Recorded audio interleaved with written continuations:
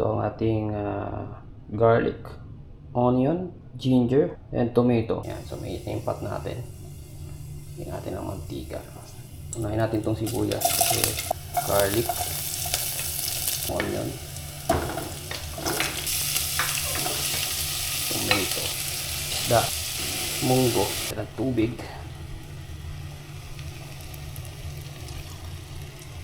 Luto na yan. At pwede na nating patayin. Okay mga kapitik, right now magluluto tayo ng ginisang munggo. Meron tayong ingredients. Ito ang ating garlic, onion, ginger, and tomato. Ito optional lang. Kung gusto niyo nang may tomato, pwede. Kung ayaw niyo naman, pwede rin.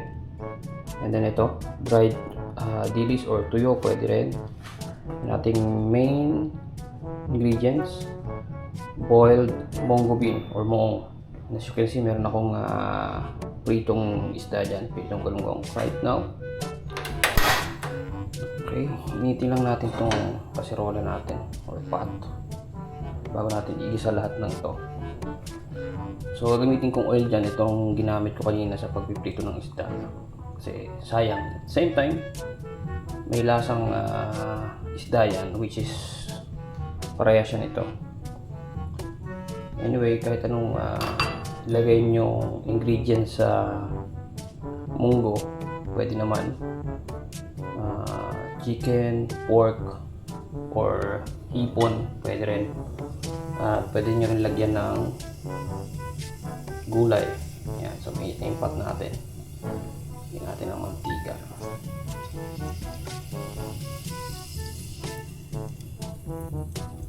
Yan.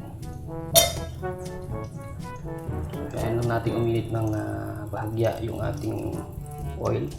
A few moments later. Yan, mainit na ang ating mantika. Ihulog na natin itong sibuyas. Unahin natin itong sibuyas kasi medyo matagal-tagal siyang maluto kumpara sa garlic at onion.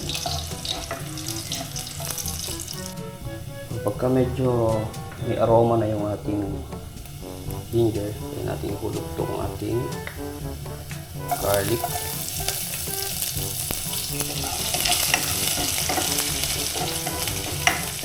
Konting saute lang yan kasi ihulog pa rin natin yung ating onion. Natin ng konting apoy.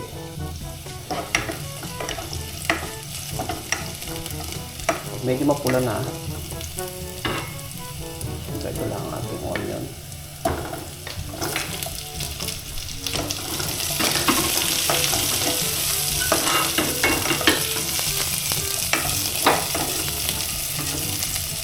So, konting saute lang yan. Kapag medyo naghiwa-hiwalay na yung ating onion, pwede natin ihulog yung ating tomato.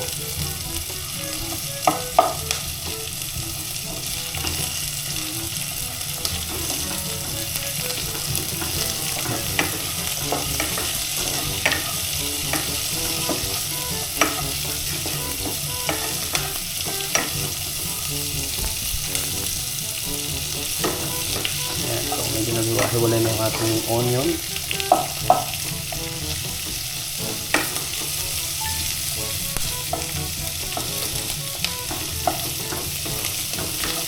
Ating tomato. Ayan.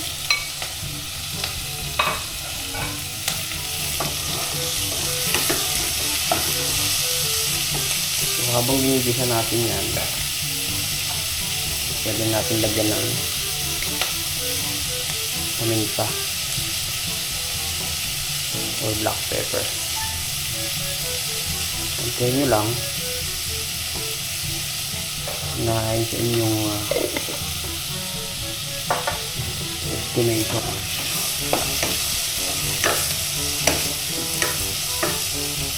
Yan, so pagka medyo lambot na yung ating tomato or medyo ano na siya, napipisa na siya kapag pinrest nyo ng sandok. Pwede nyo ihulog yung ating isda or kung ano man ang isang tangkap nyo. Pwedeng karne. Yan. Pero ako ay prefer ko yung dry stick kasi malasa yan. Representa niya yung aking available na ingredients right now. Lagyan lang natin siya ng konting patis.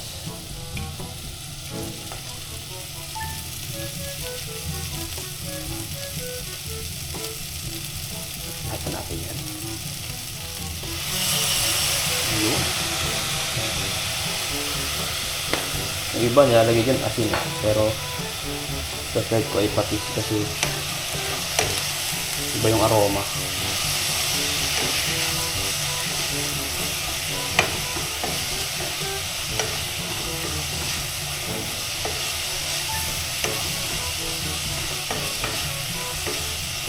Lang natin yun ng konti tapos hindi natin maluto. Kung karne, hintayin nyo maluto bago nyo ilagay yung munggo. A few moments later. So yan. Medyo naluto na yung ating tomato. Pwede na natin ilagay itong ating munggo. Or boiled munggo. Masarap yan yung ano. Dinudurog mo yung munggo. Tapos yun, lalagyan natin siya ng sabaw. Namamungula siya sa ingredients niya para lumasa bago mo siya lagyan ng sabaw.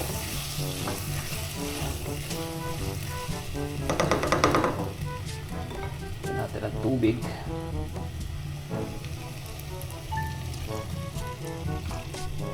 Yan.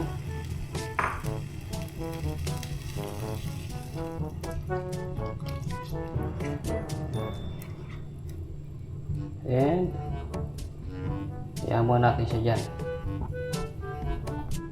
Tatakpan muna natin siya hanggang sa kumulo.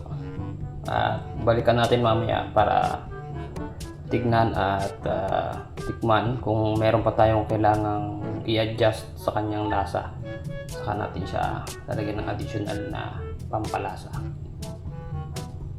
A few moments later.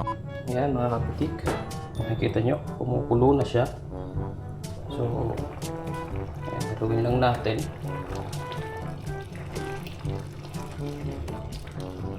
And I think luto na yan. And titikman lang natin yung kanyang lasa kung meron pa tayong kailangan i-adjust.